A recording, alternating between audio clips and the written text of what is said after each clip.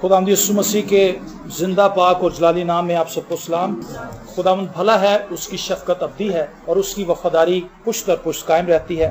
खुदावंद के जिंदा पाक कलाम में से देखेंगे पौलुस रसूल का खत रोमियो के नाम, उसका 8वां बाब और उसकी 28वीं आयत। और बाइबल मुकद्दस में यूं लिखा है, और हमको मालूम है कि सब चीजें मिलकर खुदा से मोहब्बत रखने वालों के लिए भलाई पैदा करती है, यानी उनके लिए जो खुदा के इरादे के मुआफिक बुलाए गए। आमीन।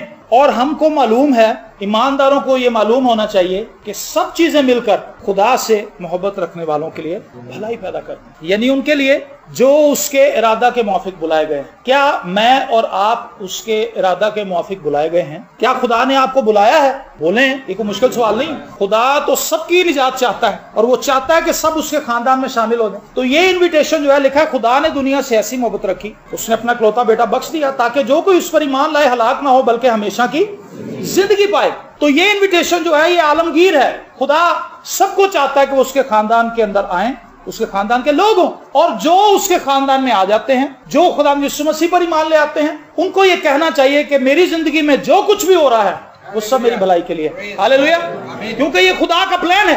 कहते हैं एक शख्स के पास एक घोड़ा था, उसने उसको अस्तबल में रखा हुआ था, और एक दिन वो सुबह उठा और जब उसने अपने अस्तबल में जाके देखा तो उसका घोड़ा भाग चुका था और वो बड़ा परेशान हुआ। उसने कहा कि मेरे पास तो एक ही घोड़ा था, इससे मैं अपने बिजनेस को चलाता था, मार्केट से चीजें लेकर आता था और इसी के साथ मैं सब कुछ अपना कारोबार चलाता था। वो बड़ा परेशान हुआ। उसके बिल्कुल घर के साथ ही एक हमसाया रहता था। उसको पता चला कि इस शख्स का घोड़ा भाग गया है। वो अफसोस करने के लिए आया। उसने कहा, भाई साहब, मुझे पता चला कि आपका घोड़ा भाग गया है, बहुत अफसोस की बात। उसने कहा, यार पता नहीं अफसोस की बात है या खुशी की बात है, मुझे इसका नहीं पता। बहरहाल घोड़ा मेरा जा चुका है। अगले दिन वो घोड़ा वापस आया और जंगल से 40-50 घोड़े अपने साथ और ले आया। अकेला गया था, 40-50 घोड़े जंगल से अपने साथ और ले आया। हमसाया फिर आ गया, कहने लगा, भाई साहब, बड़ी खुशी की बात है कि आपका घोड़ा कल चला गया था, लेकिन आज वो अपने साथ 40-50 घोड़े और ले आया है, बड़ी खुशी की बात है। उसने कहा, भाई पता नहीं है खुशी की बात है कि इसके लिए मुझे अफसोस करना चाहिए, मैं नहीं कुछ जानता। अगले दिन उसके बेटे ने सोचा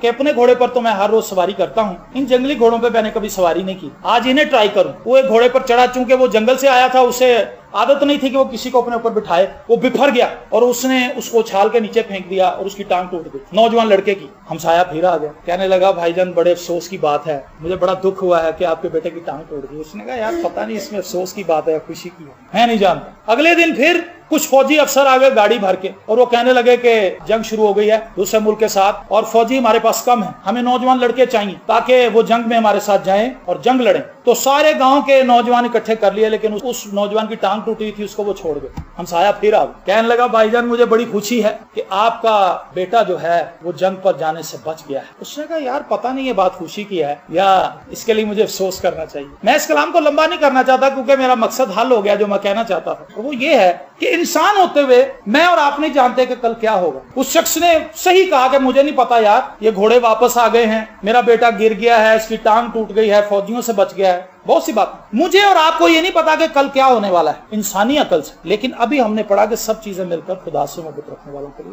भलाई पैदा करती। आपकी अकल ये कहती है कि पता नहीं क्या होगा, लेकिन ईमान कहता है कि सब चीजें मिलकर खुदा से मोहब्बत रखने वालों के लिए भलाई पैदा करती हैं। अगर आप ईमानदार हैं तो अपनी जिंदगी को सादा बना लीजिए, अपनी जिंदगी को बहुत आसान बना लें। इसमें परेशान होने की कोई बात नहीं है। जिंदगी खुदावंद यीशु मसीह के साथ गुजारना बहुत सिंपल है। इस बात पर ईमान रखें कि मेरी जिंदगी का कैप्टन, मेरी जिंदगी के जहाज का कैप्टन यीशु है, और यीशु ऐसा माहिर कैप्टन है, वो किसी जहाज को आज तक डूबने नहीं उसने दिया। हालेलुया।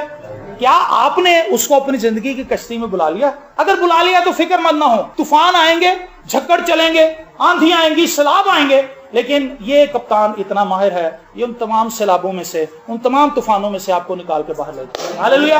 अपनी आंखों को बंद करेंगे और दुआ करेंगे। God bless you.